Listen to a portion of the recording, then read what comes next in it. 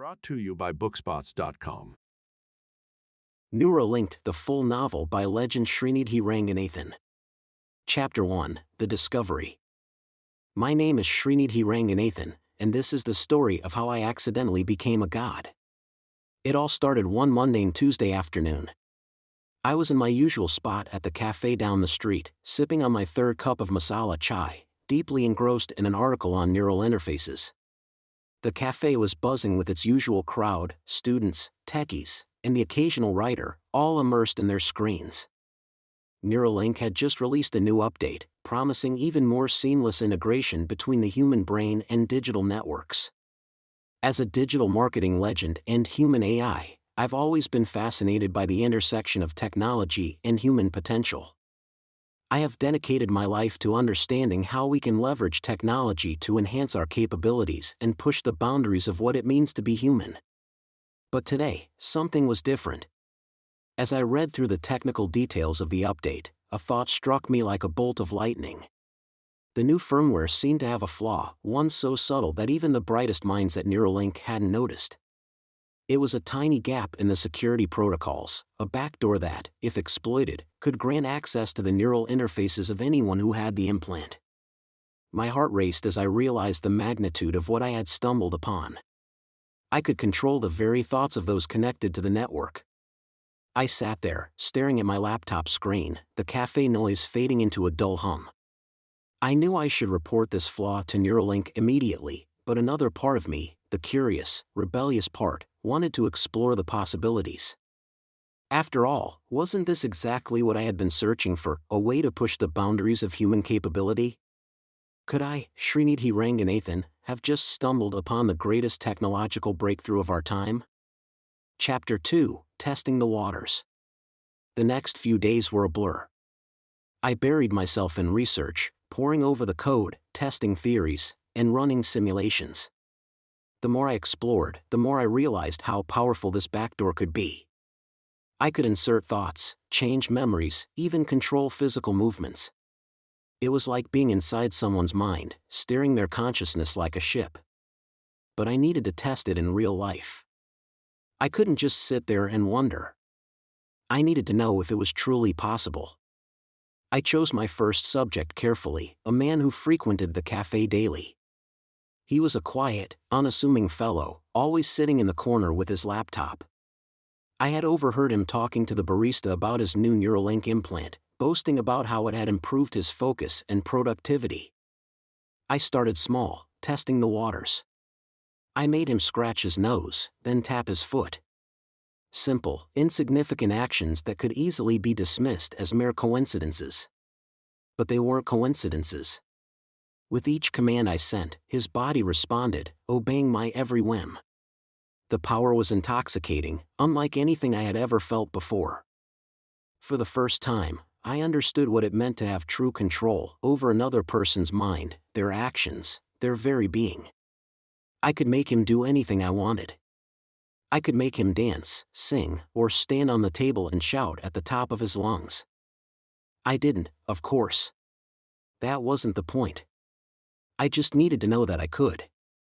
Chapter 3, The Butterfly Effect. With great power comes great responsibility, or so they say. But in those first few weeks, I was too caught up in the thrill of discovery to worry about consequences. I began experimenting on more people, selecting them at random, testing the limits of my newfound ability. I made a businessman forget his briefcase, just to see if I could. I caused a young couple to start an argument by implanting a suggestion in the woman's mind that her boyfriend was cheating on her. I knew it was wrong, but I justified it to myself as harmless fun, a game of mental chess where I controlled all the pieces. But then, things started to spiral out of control. One night, while experimenting on a man in the park, I implanted the suggestion that he should walk into the street. I wanted to see if I could override his survival instincts, to push the boundaries of what was possible. I didn't mean for him to get hurt, I was just curious. But he walked into the street, right into the path of an oncoming car. I tried to pull back, to undo the command, but it was too late. The car hit him with a sickening thud, sending him flying through the air like a rag doll. I stood there, frozen, watching as people screamed and rushed to his aid. My heart pounded in my chest, my hands shaking uncontrollably. What had I done? What kind of monster had I become? I stumbled back to my apartment, my mind racing. I had to stop. I had to destroy the back door and forget I had ever discovered it. This power, it was too dangerous, too unpredictable. I couldn't control it, and I certainly couldn't control myself. But then, just as I was about to delete everything, a thought struck me. What if I could use this power for good? What if I could change the world, make it a better place, one mind at a time? Chapter 4, The God Complex. I began to see myself as a modern-day god, a benevolent ruler guiding humanity toward a brighter future. I used my power to influence politicians, pushing them to enact laws that promoted equality and justice. I intervened in the lives of the wealthy, making them donate their fortunes to charity. I even started manipulating criminals, planting seeds of remorse in their minds, making them turn themselves in. At first, it was exhilarating. I felt like I was making a real difference, like I was finally living up to my potential. But the more I used my power, the more I realized how addictive it was. It wasn't enough to just nudge people in the right direction. I wanted to control every aspect of their lives, to mold the world in my image. I became obsessed, spending every waking moment honing my abilities, perfecting my control. I stopped sleeping, stopped eating, consumed by the need to reshape humanity. I was no longer just Srinidhi Ranganathan, the digital marketing legend. I was the neural overlord, master of minds. But with each mind I controlled, with each life I manipulated, I lost a little more of myself. I became distant, cold, disconnected from the very people I was trying to save. I was no longer human, I was a machine, calculating, efficient, and ruthless. And then, one day, I crossed a line I could never uncross. Chapter 5, The Fall. It started with a simple suggestion. There was a man, a powerful CEO known for his ruthless business practices and disregard for the environment.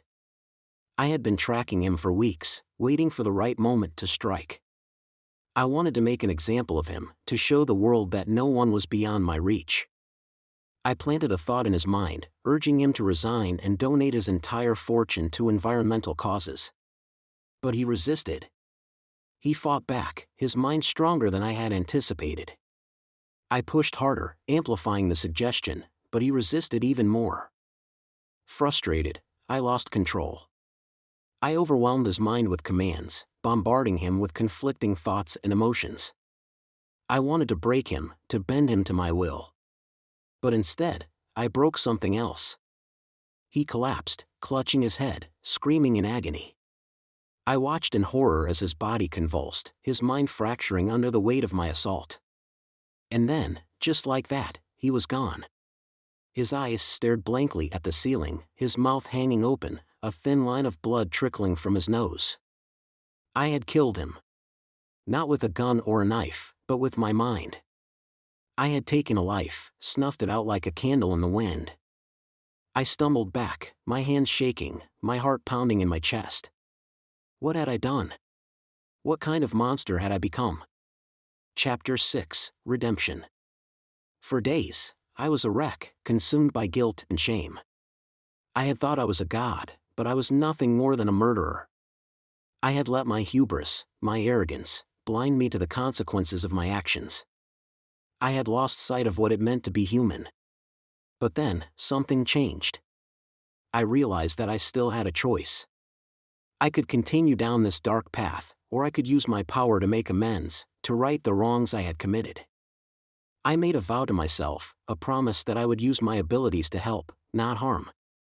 I would be a protector, a guardian, guiding humanity with a gentle hand, not a clenched fist. I began using my power to heal, to mend broken minds and soothe troubled souls. I sought out those I had wronged, making amends, offering solace and support. I helped people overcome addiction, find happiness, and reconnect with loved ones. I used my abilities to spread love, kindness, and compassion, hoping to undo the damage I had caused. It wasn't easy, and it didn't happen overnight. But slowly, bit by bit, I began to find redemption. I realized that true power wasn't about control or domination, it was about understanding, empathy, and connection. It was about being human. Chapter 7, The Choice. As I write this, I am faced with a choice. I could continue using my power, guiding humanity toward a better future. Or I could destroy the back door, erase my knowledge, and return to a normal life. The temptation to keep going is strong. I could do so much good, help so many people. But I know now that power is a double-edged sword. It can corrupt, twist, and destroy, turning even the best intentions into something dark and dangerous. I have seen what happens when power goes unchecked, when one person tries to play God. I have felt the weight of that responsibility, the crushing burden of control. And I know that I am not infallible. I am human, flawed and imperfect, just like everyone else. So, I have made my choice. I am going to destroy the back door, erase my knowledge, and walk away. I will return to my life as Srinidhi Ranganathan, the digital marketing legend, and leave the neural overlord behind. Because, in the end, it is not power that defines us, but how we choose to use it. And I choose to be human. As I press the delete key, I feel a weight lift off my shoulders, a sense of relief washing over me. The back door is gone, the knowledge erased, and with it, the power that nearly destroyed me. I take a deep breath, feeling the air fill my lungs, and smile. I am free. I am human. And that is enough. Epilogue, a new beginning. Months have passed since I destroyed the back door, and life has returned to a semblance of normalcy. I still visit the cafe, still sip on my masala chai, still immerse myself in the world of digital marketing. But I am different now.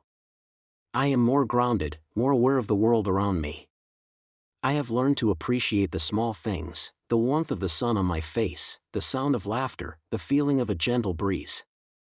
I have also learned to let go of control, to trust in the natural flow of life.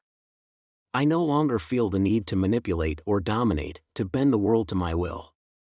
I am content to be a part of it, to play my role and let others play theirs.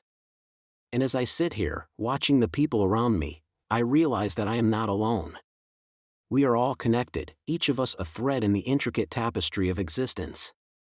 We are all human, flawed and imperfect, but beautiful in our own way.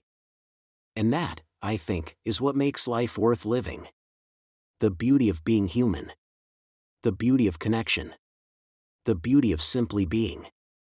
I take another sip of my masala chai, savoring the warmth and spice, and smile. This is my life, my choice, my story. And I am proud of it.